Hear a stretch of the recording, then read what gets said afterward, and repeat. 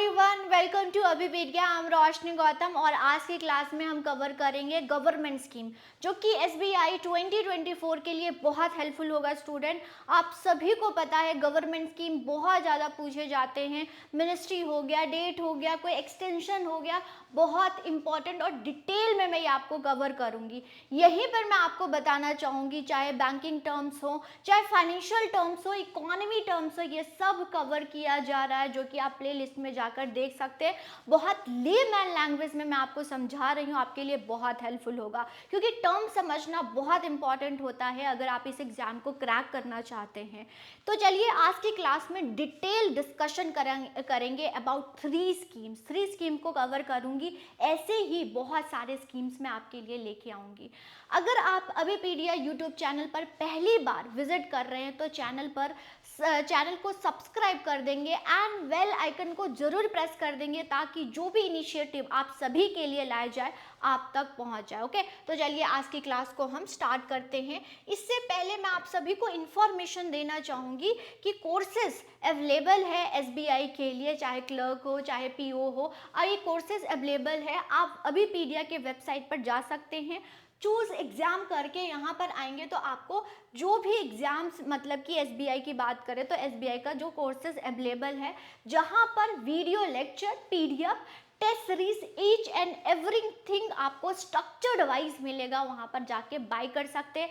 फिर भी कोई डाउट होता है तो आप कॉल भी हमें कर सकते हैं। और चलिए आज की क्लास को हम स्टार्ट करते हैं। ओके, बहुत इंपॉर्टेंट होने वाला है आज की क्लास। यहाँ सारे स्कीम्स को कवर करेंगे और डिटेल में कवर करेंगे। ओके ओके, चलो तो स्टार्ट करें। यहाँ पर तो वेरी फर्स्ट स्कीम है, यहाँ पर कौन सा स्कीम है? वेरी फर्स्ट स्कीम है प्रधानमंत्री जन धन योजना। वेरी इंपॉर्टेंट है। चलिए यहाँ पर देखते हैं क्या है, इसके फीचर्स क्या है, कौन से मिनिस्ट्री के अंडर आती हैं। तो बात करें लॉन्च वेरी इंपॉर्टेंट हो जाता है। ये 2014 में लॉन्च हुआ था। इसकी नोडल जो मिनिस्ट्री है, मिनिस्ट्री भी आपको बहुत अच्छे से मालूम होना चाहिए। मिनिस्ट्री ऑफ फाइनेंस के अंडर ये आती हैं। ऑब्जेक्टिव क्या है यहाँ पर? ऑब्जेक्टिव ये है कि सभी जो भी हाउस होल्ड हैं सभी का क्या होना चाहिए? बैंक अकाउंट होना चाहिए। यस स्टूडेंट, अगर वे बैंक अकाउंट होगी तो सेविंग होगी तो इकोनॉमी पर भी इसका अच्छा इम्पैक्ट होगा। सेविंग से हमें पता है इन्वेस्टमेंट होता है, अगर सेविंग ही नहीं हुई तो इन्वेस्टमेंट कहाँ से होगा? तो इन सभी को मोबिलाइज करने के लिए, सेविंग को मोबिलाइज करने के लिए ये सिग्निफिकेंट स्टेप है गवर्नमेंट ऑफ इंडिया के लिए, जहां पर बैंकिंग, क्रेडिट, इंश्योरेंस, पेंशन, इन सभी के लिए ये स्कीम लाया गया है।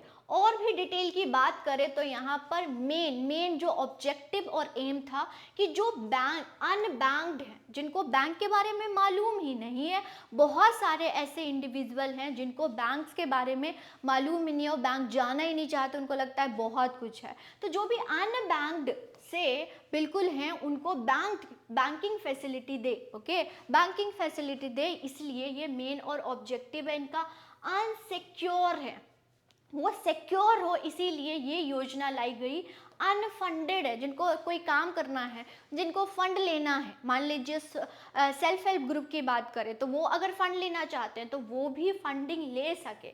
गवर्नमेंट जितनी भी इनिशिएटिव लेके आती हैं, जैसे डीबीटी के थ्रू उनके तक पहुंचे, मिडल मैन कोई भी ना हो, तो ये सब कब पॉसिबल होगा? जब बैंक अकाउंट होगा, मीन्स बैंक में अकाउंट होगा, तभी ये सारी चीज़ें पॉसिबल है। और इसी को देखते हुए ये स्कीम को लॉन्च किया गया। राइट, ये है, ये जीरो बैलेंस होगा, जीरो चार्ज होगा और बेसिक सेविंग बैंक, ये सेविंग अकाउंट बैंक खुलाया जाएगा। मीन्स आप जानते ही हैं कि अगर आप बैंक अकाउंट खुलवा रहे हैं तो आपको मिनिमम कुछ मनी रखना होता है, कुछ पैसे रखना होता है, लेकिन जन धन योजना के तहत कोई भी इंडिविजुअल बैंक अकाउंट खुलवाता है तो उसको जीरो बैलेंस वो रख सकता है। चार्जेस इसमें नहीं लगेंगे, जो कि बहुत इंपॉर्टेंट होगा, तभी वो खुलवा पाएंगे। अगर उनको चार्ज लगेगा, मिनिमम अमाउंट रखना होगा तो नहीं करेंगे। तो ये जो है बहुत, मतलब जीरो लेवल ऑफ चार्ज यहाँ पर होगा और कोई मनी भी इनिशियली मनी रखने की जरूरत नहीं है। ओके, यहाँ पर इसी के तहत इंश्योरेंस भी प्रोवाइड किया जाएगा। ओके, जनधन योजना के तहत इसी में इंश्योरेंस भी कवर किया जाएगा। अगर कोई भी एक्सीडेंटल हो जाता है तो 1 लाख तक दिया जाएगा, और ये इंक्रीज कर दिया गया है आफ्टर 2018, ये अब 2 लाख कर दिया गया है एक्सीडेंटल कवर। वही लाइफ कवर की बात करें तो यहाँ पर 30,000 दिया जाएगा अगर किसी का अकाउंट ओपन हुआ है 2014 और 15 में, तो अगर लाइफ कवर भी किया जाएगा, राइट। यहाँ पर ओवरड्राफ्ट की फैसिलिटी भी है। ओवरड्राफ्ट की फैसिलिटी, मान लीजिए कि अगर कोई भी है, अगर उसको लोन चाहिए तो ज़्यादा पैसे चाहिए, तो यहाँ पर इस अकाउंट के तहत, जनधन अकाउंट के तहत 10,000 तक ओवरड्राफ्ट की क्रेडिट मतलब लोन दे सकती हैं। लेकिन यहाँ पर देखेंगे कि कितना क्रेडिट और डेबिट हुआ है, उसके अकॉर्डिंग देखते हुए लोन की फैसिलिटी भी इसी अकाउंट, इसी स्कीम के तहत दिया जाएगा। अगर कोई भी पर्सन, कोई भी इंडिविजुअल 2,000 तक लेता है तो विदाउट एनी कंडीशंस उसको लोन दे दिया जाएगा। ओके, यहाँ पर अनऑर्गेनाइज्ड जो सेक्टर है उनको पेंशन की फैसिलिटी भी इसी स्कीम के तहत दिया जाएगा, पेंशन की फैसिलिटी भी दी जाएगी, राइट। ओके, एलिजिबिलिटी कौन है, मतलब कि कौन एलिजिबल होगा, जनधन अकाउंट किनका खुलाया जाएगा, तो वो कोई भी, एवरी हाउस होल्ड, आपको पता है 4 सेक्टर ऑफ इकोनॉमी होती हैं, इकोनॉमी में 4 ऐसे इंडिविजुअल होते हैं, हाउस होल्ड होता है। अगर फर्म की बात करें, गवर्नमेंट की बात करें और नेट एक्सपोर्ट, वहाँ पर जो हाउस होल्ड है, यहाँ फर्म की बात नहीं कर रहे हैं, हाउस होल्ड हैं, उन सभी क्या कर सकते हैं, बैंक अकाउंट खुलवा सकते हैं, ओपन कर सकते हैं, राइट। ये रुपे कार्ड, मतलब इस पे जो कार्ड बनेगा, ओके, एटीएम कार्ड होगा वो रुपे का होगा। ओके, ये है। यहाँ पर जन धन दर्शक ऐप भी, जहाँ पर इस ऐप के तहत आसपास एटीएम कौन सा है, ओके, पोस्ट ऑफिस कौन कौन सा है, ये सब अवेलेबल होगा इस ऐप के जरिए। ओके, यहाँ पर ऑनलाइन इंटीग्रेशन भी, मतलब कि यहाँ पर ये ऑनलाइन इंटीग्रेशन भी किया जा रहा है, और कोर बैंकिंग सिस्टम दिया जाएगा। कोर मतलब ईच एंड एवरी जो है इंडिविजुअल इसमें इंक्लूड हो और उनको हर एक फैसिलिटी मिले इस जनधन योजना के तहत, ये गवर्नमेंट का क्या है, एम है। ओके, ओवरड्राफ्ट फैसिलिटी दी जाएगी, जो कि लिमिट इंक्रीज हो गया है, पहले 5,000 दिया जाता था, अब 10,000 दिया जाएगा।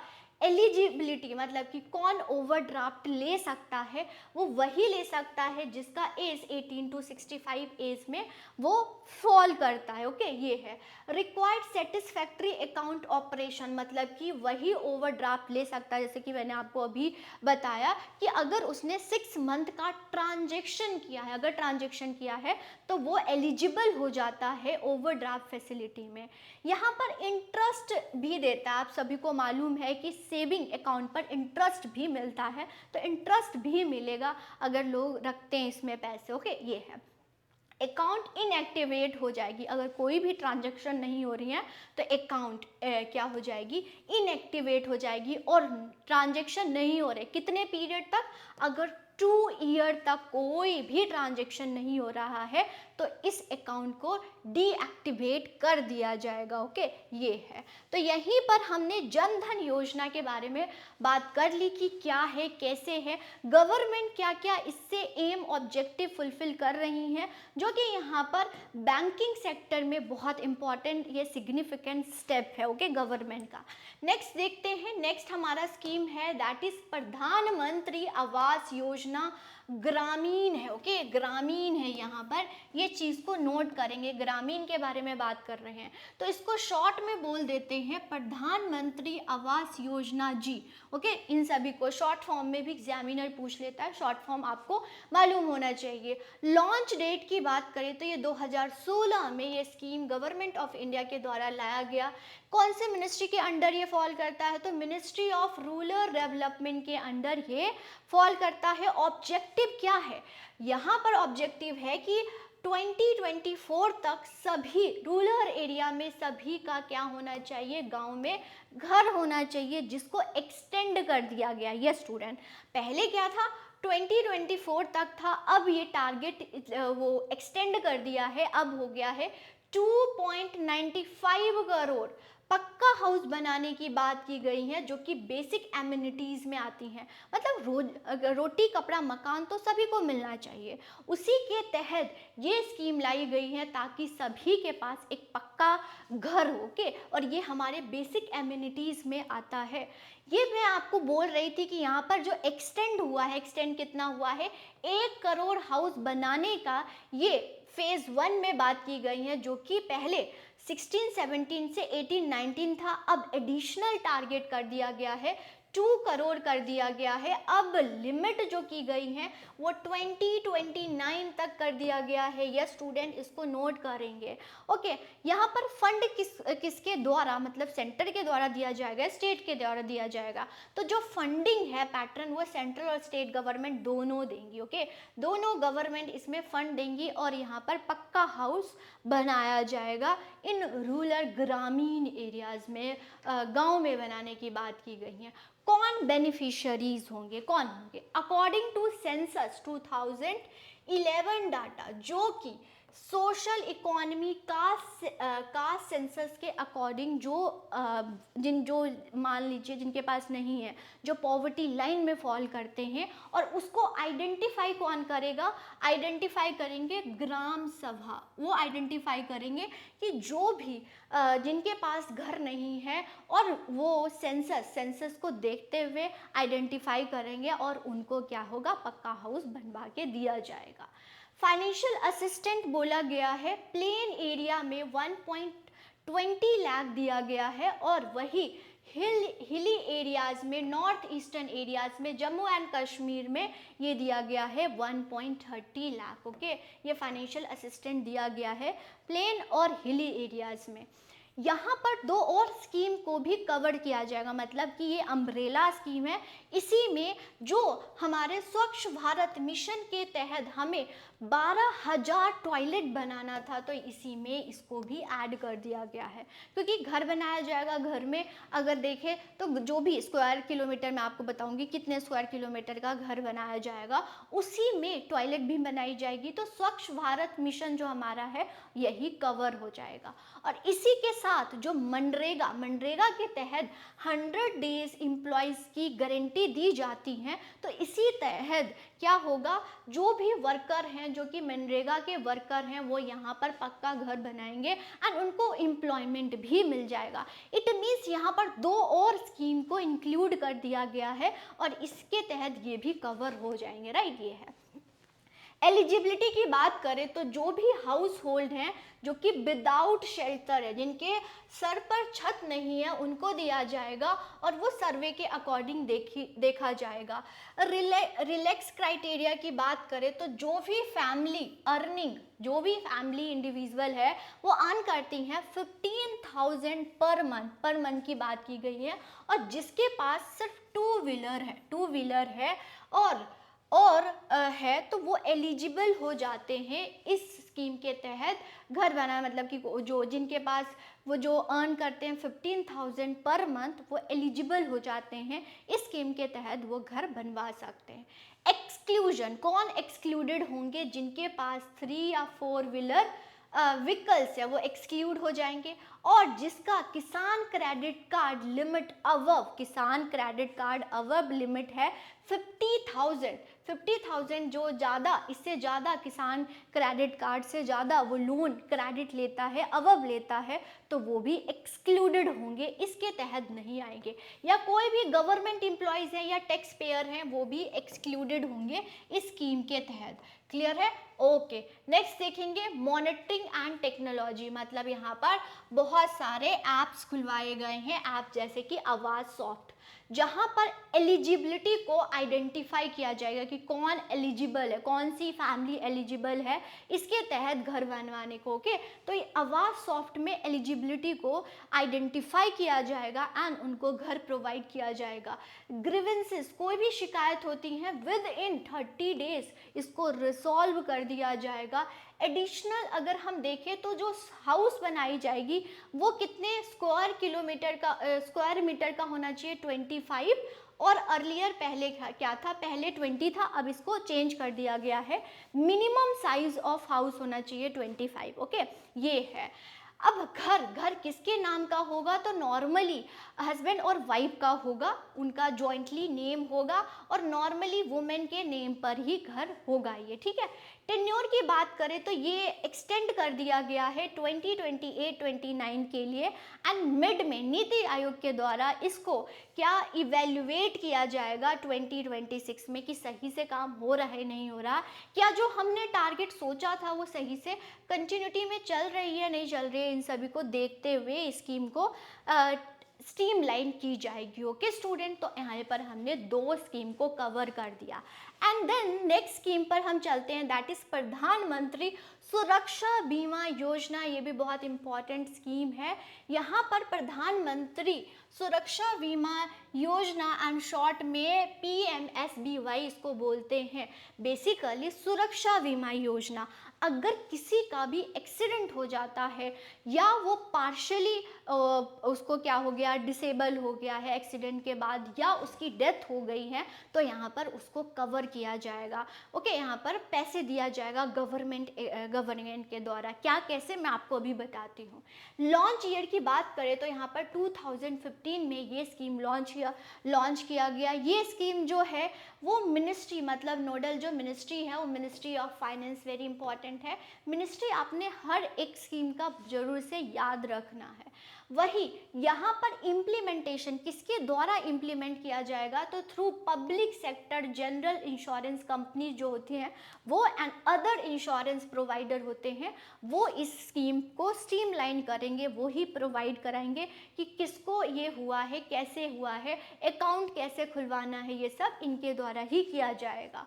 ऑब्जेक्टिव क्या है, ऑब्जेक्टिव मीन्स यहाँ पर उद्देश्य क्या है, अफोर्डेबल एक्सीडेंट इंश्योरेंस दी जाएगी टू द पुअर, जो पुअर है या अंडर प्रिविलेज हैं, या enhance the insurance penetration. Insurance, आपको पता है कि बहुत सारा जो लोग हैं अभी भी इंश्योरेंस नहीं करवाते, इंश्योरेंस में अपना जो नेम है या इंश्योरेंस कराना नहीं चाहते हैं। तो ये हमारे कंट्री में मैक्सिमम से मैक्सिमम जो इंडिविजुअल है वो इंश्योर्ड हो, ये एम के लिए ये स्कीम लाई गई है। और बेसिकली ये स्कीम के अंदर जो पुअर हैं उनको कवर किया जाएगा। ओके, ये है।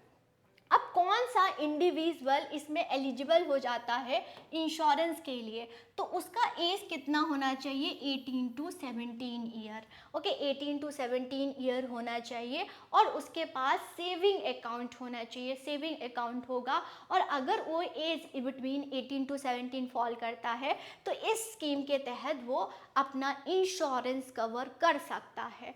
20 रुपीज़ पर एनम, मतलब कि इंश्योरेंस कवर करने के लिए, इंश्योरेंस लेने के लिए सेविंग अकाउंट होना चाहिए और एक साल में उसको 20 रुपीज़ डिपॉजिट कराना होगा। पहले 12 था, अब 20 रुपीज़ हो गया क्योंकि इन्फ्लेशन भी तो इंक्रीज़ हुआ है।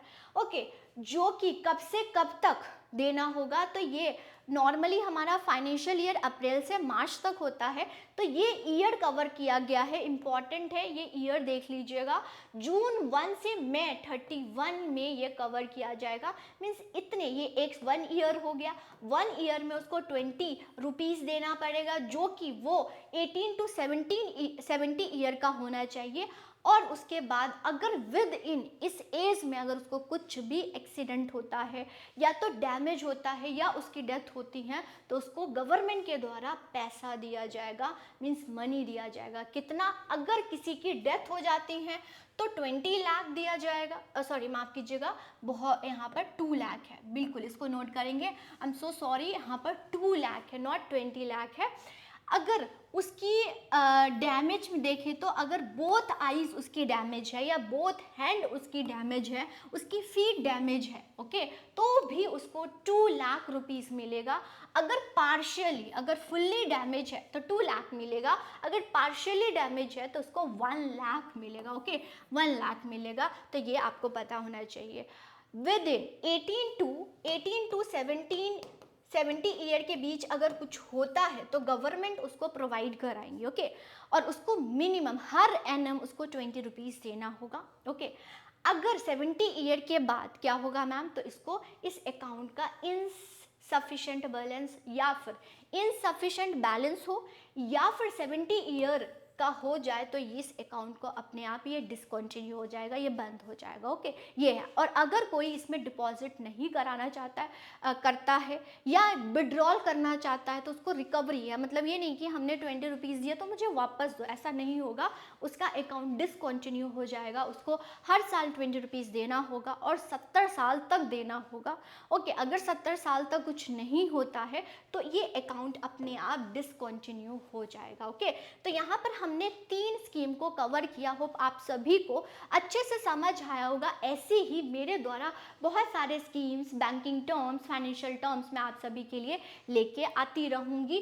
तो चैनल पर नए होंगे तो चैनल को सब्सक्राइब कर देंगे। एंड आपने अच्छे से इसको देखा है तो इस क्वेश्चन का जरूर आंसर आप कमेंट सेक्शन में लिखें।